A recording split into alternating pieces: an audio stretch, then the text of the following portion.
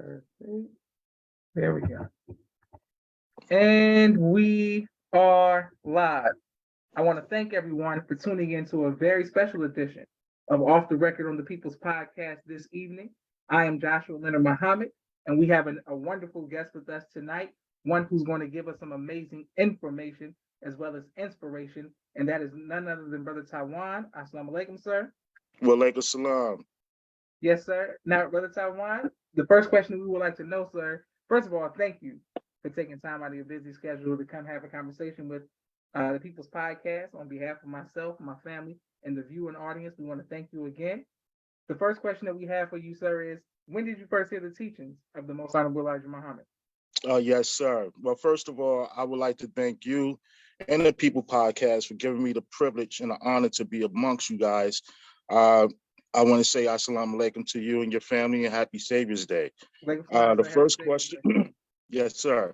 I first heard the teachings of the Most Honorable Elijah Muhammad, I believe was in 1993. And I was living in Jersey City, New Jersey. That's where I'm originally from. And the brothers used to sell the final calls on Journal Square. And I used to have to walk that path every day to go to high school. And, I always used to see them. And they always try to sell me the final call, but I always used to duck and dodge, until one day, it was a younger brother. And I believe it was right around the time that the movie Malcolm X was about to come out. And we started talking, and I mean, a minute turned into an hour turned into two. And, we was like in the same spot for like 4 hours, just talking about the teachings, and then it intrigued me. So from that moment on, I always had a liking for the nation and was curious. So that was around, the first time that I heard about the teachings in 1993. Beautiful. All praises to Allah. Yes, sir. Well, once you accepted the teachings, how did your family and friends feel about that decision? Oh man, coming from a Christian family, at the time I was living and residing with my grandmother, and she was a devout Christian. So it was hard, listening to the minister in a household. At the time we had, I used to get a lot of cassette tapes. So I used to, you get in the teachings, you want to blast everything, especially the minister. So, she like, turn that off. And, she wasn't fond to the minister at all. You know what I'm saying? So it was, it was a hard journey for me in the beginning, coming from a Christian family and whatnot. But she's seen, my dedication, and she's seen the way that I used to live. I didn't live anymore, because I used to be in the streets, used to fight all the time and whatnot, didn't have no discipline. But once I got the teachings, it changed my perspective of things. And she started seeing it, and then she opened up slowly. But she gave me the permission to go because I was still underage. So. Beautiful. All praises to Allah. Okay, yes, sir, Brother Tywaan. And my sister Miriam sends the greetings. Thank you, Mimi, for watching, and everyone who's watching all across the country. We can't wait to put this on YouTube. Yes, sir. Yes, sir. So once you came into the mosque, who trained you? What was the laboring staff at that time, and what was it like during that? What was your experience like? Oh, brother, man. I came in mosque number 25 under Minister Qadir Muhammad, and my teacher, as far as the captain, was Captain Majid Muhammad. Some of the best brothers, I would say, trained me. Brother Aaron, Brother Vertus, D.I., Master D.I., Brother Jesse, of course, Brother Eli,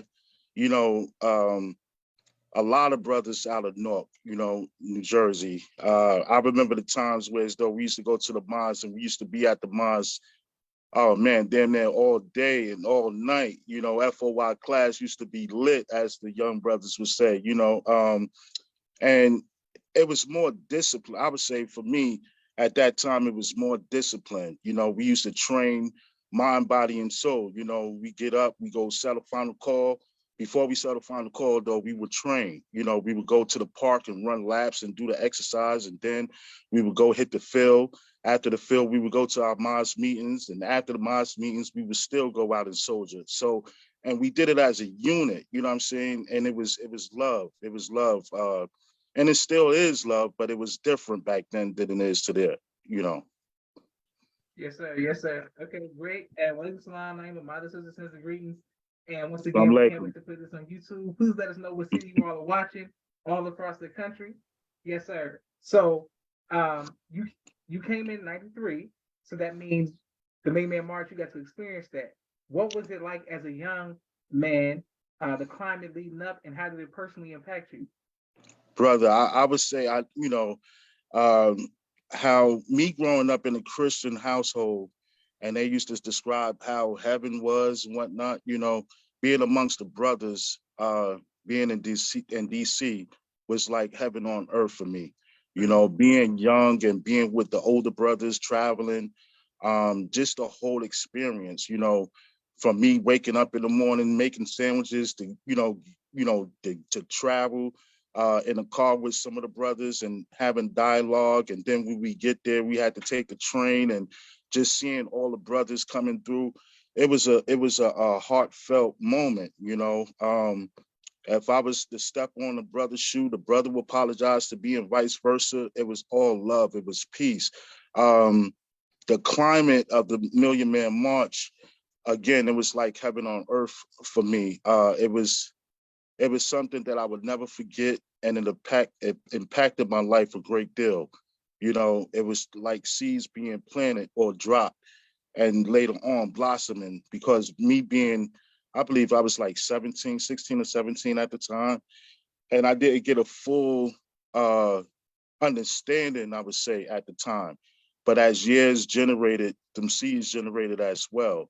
So it allowed me to see and to really love the teachings of the most honorable Elijah Muhammad that much, and can't forget our leader, teacher, and God, the most Honorable Minister Louis Farrakhan, for calling the march. So it was a great deal, and it impacted my life in a good way. Oh, praise the Lord. Yes, Hope sir. I Yes, answered that sir. question. You did. No, you did. Thank you, everyone who Yes, sir. continues to show love. My next question is, sir, Brick City, Jersey, that whole time period, that era, and now being in Charlotte, have you ever been faced with fear? If so, how have you overcome that fear? Oh, brother, fear. Uh, that's it. I don't want to sound like bold or cocky or nothing like that, but I don't fear anything. And by the grace of Allah, I believe when you walk in the life of in a righteous path, or the life of a righteous man, only one that you're supposed to fear is Allah. So I thank Allah much that I haven't been placed in these situations to be fearful of anything or whatever. Growing up, I seen a lot of friends die. In fact, I was with someone that died in my arms. I wouldn't equate that to being fearful, because at that time and moment, I had to think. I had to think to get us out the situation that we was in. So it wasn't fear. I think it was a misconception of the time and place that we was in, and the tragedies that was going on. But again, I think a lot much that I haven't been tested far as being fearful for anything. Okay, yes, sir. All praises to Allah. So, Brother Salman, we're gonna stay right there. Yes, sir. Can't just drop that and get up off of it. So, your friend died in your arms, yes, sir. What took place? Well, we was one night it was a couple of us.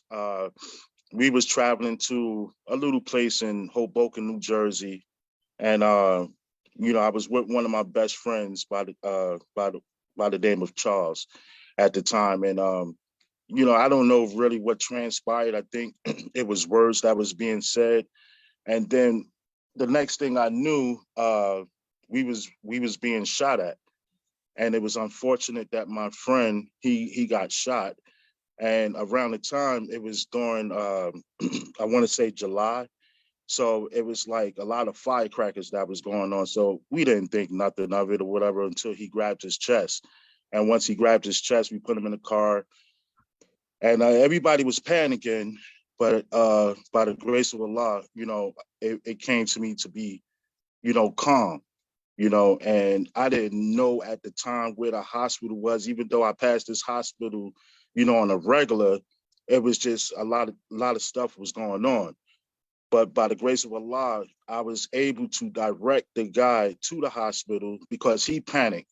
And I'm telling him, excuse me, let me backtrack. He had turned the car on, but during his panic mode, he tried to turn it on again, so it stripped the ignition. So I told him to turn it off. The car was in drive, so it wouldn't start. So I had to tell him to put it in park. It was like a rash of things that was going on. Told him to put it back in park, turn the car on, and to drive. And once he started driving, the spirit of Allah just guided me to the hospital. It was just unfortunate that my brother, at the time, he didn't make it. So Yes, sir. Okay. Well, let's stay right. All praise to Allah. I'm glad that you were able to step up during that time period, a tough time. What yes, advice sir. would you give to young people who are in the valley of decision right now, to make the right move so they can avoid having a life-changing experience like that in order to choose another way out? What advice would you give to them? Uh, not for nothing, I have a son and he's 18, and Mm. you know, um, he's a good child, but he's, peer pressure. Peer pressure plays a major part and a role of a young black male, So what I tell him, I try to give him lifestyle stories from my past, and I also allow him to know that he don't have to walk down the path that I did when I was younger, because he has an alternate route. He can, you have two paths. You can go down this path, but what's going to lead down, you know, when you walk down this path and you do the things that, you see your friends doing, the outcome is not going to be good. So what I usually tell them is look at your friends, look around, just put your life on pause for a second and look in the direction where they going. Do you want to go there? So what I would tell the youth is put your life on pause sometimes and look at your peers. Look and see what the people is doing around you. And, you see that that's not a good outcome that they coming to, whereas though they getting locked up. A lot of them getting shot at, a lot of them is getting killed. It's unfortunate, but that's the reality and the day and time that we live in. So I would say, that's not the route. That's not the way. There's another way, and, with the teachings, it says, make all men and boys join the FOI. So anybody I come in contact with, I strive my hardest to give them some part, some form of the teachings by dropping seeds. You know, that's not the route you want to go to, brother. You know what I'm saying? That's not the route you want to go through, sister.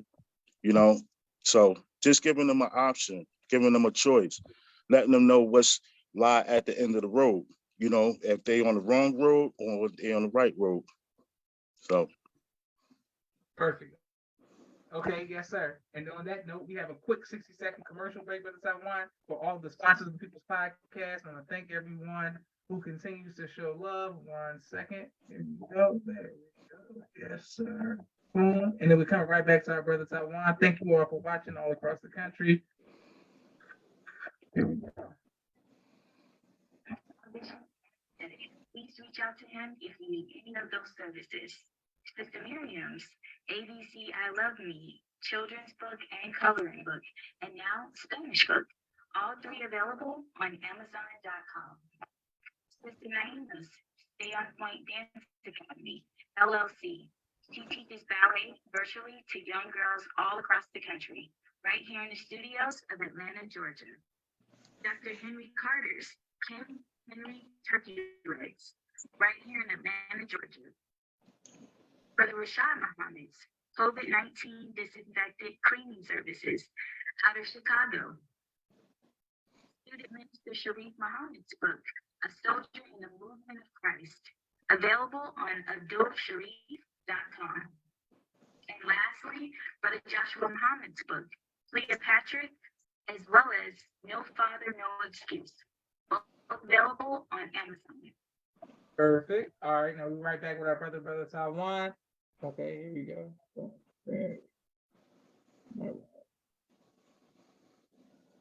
All right, now brother Tywaan, my next question for you, sir, is here we go.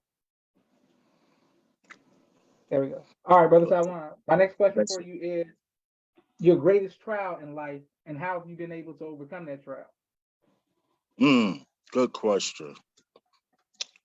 Greatest trial in life. I would say one of my greatest trials, because I have many, brother, but I would say one of my greatest trial is staying obedient to the teachings of the Most Honorable Elijah Muhammad, to his servant, the Most Honorable Minister Louis Farrakhan.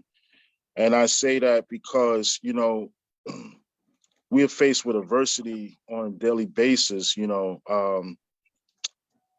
just being in a household, like with my grandma's being a Christian, sometimes that kind of deterred me for not wanting to go to the mosque or not being able to go. So it was like a choice, you know, to put my heart into it. You know, I used to find myself sneaking to the mosque, you know, days that I was punished or whatnot, I would sneak out and I would go to the mosque. I would go to FOY class.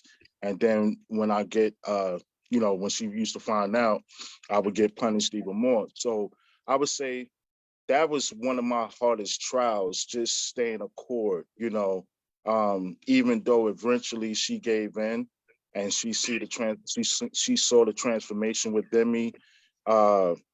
Other than being in the streets, I was being in the streets for the right reason, selling final calls and going door to door with the brothers and whatnot.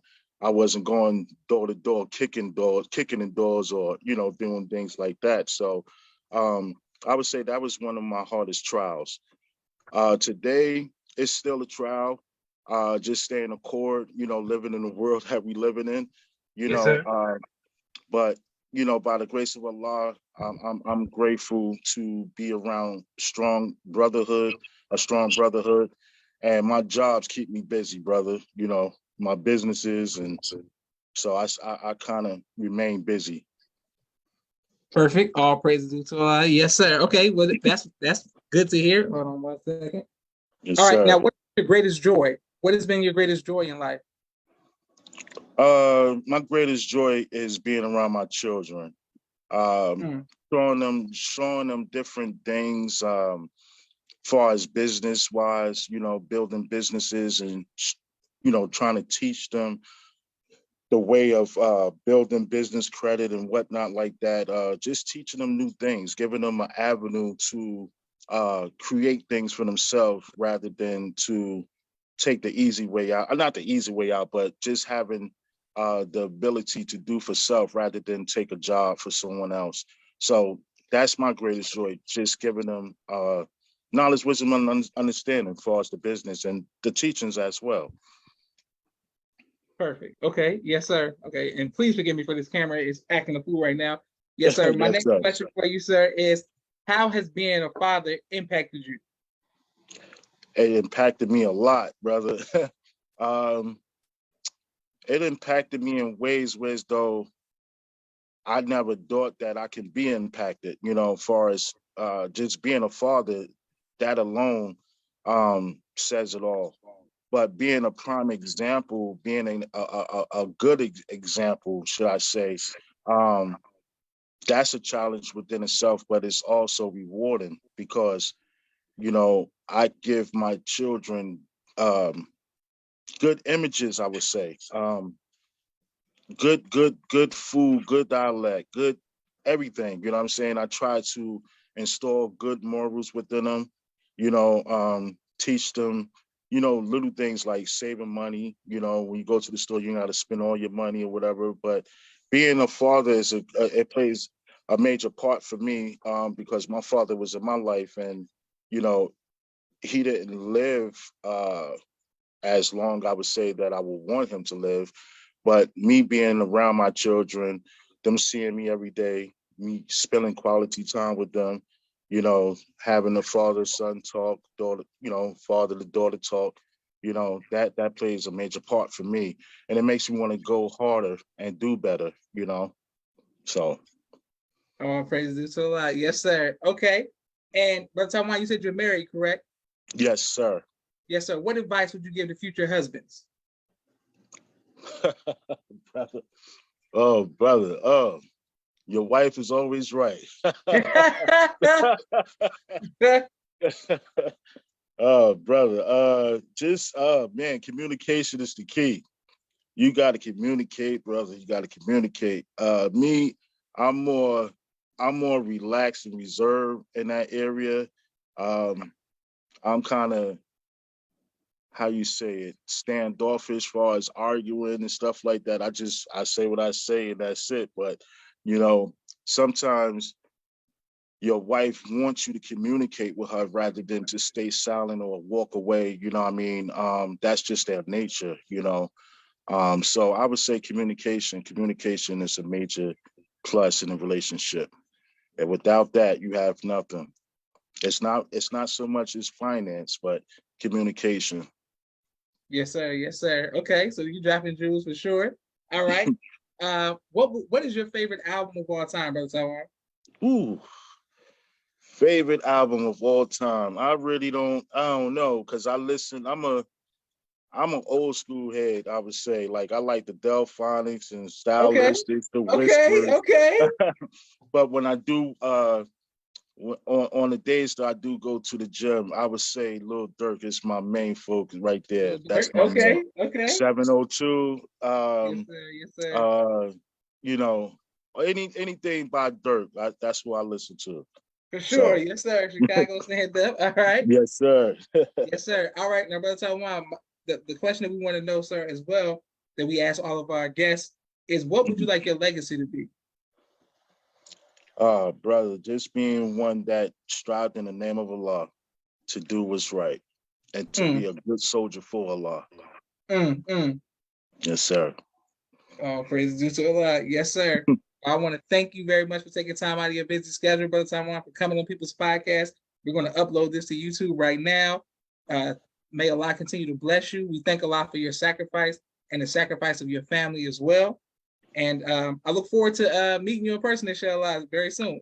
Yes, sir. Inshallah. Happy Savior's Day, and I can't wait to meet you in person. Yes, sir. Happy Savior's Day to you as well. This is Joshua Leonard Muhammad signing off of the People's Podcast. Assalamu alaikum, sir. Wa alaikum salam. Okay. Thank you all for watching.